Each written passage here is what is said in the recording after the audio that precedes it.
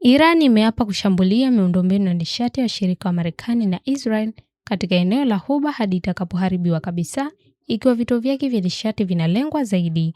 Iran imeanzisha wimbi la mashambulizi dhidi ya maeneo ya gesi na mafuta katika eneo lote la Ghuba baada ya vituo vyake vilivyounganishwa na maeneo ya gesi ya Saudi Paris kushambuliwa na Israeli.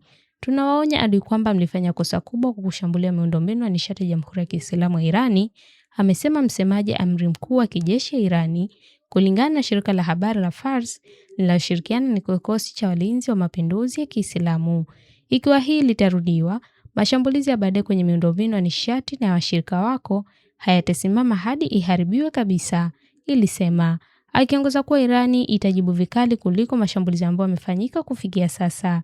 Rais wa Marekani Donald Trump ametishia kulipua kiwanda kikubwa cha gesi nchini Irani ikiwa itashambulia tena mshirika wa Marekani wa Kiarabu wa Ghuba, yaani Qatar.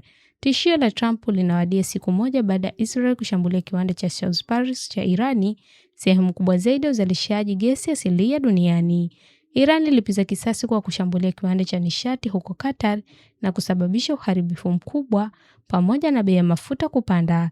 Ingawa Israel haijathibitisha rasmi shambulizi lake kwenye kituo cha gesi, Rais wa Marekani alisema Marekani haijui chochote kuhusu mshirika wake ambaye alikuwa ameshambulia vikali Iran kwa hasira kwa kile kilichotokea Mashariki ya Kati.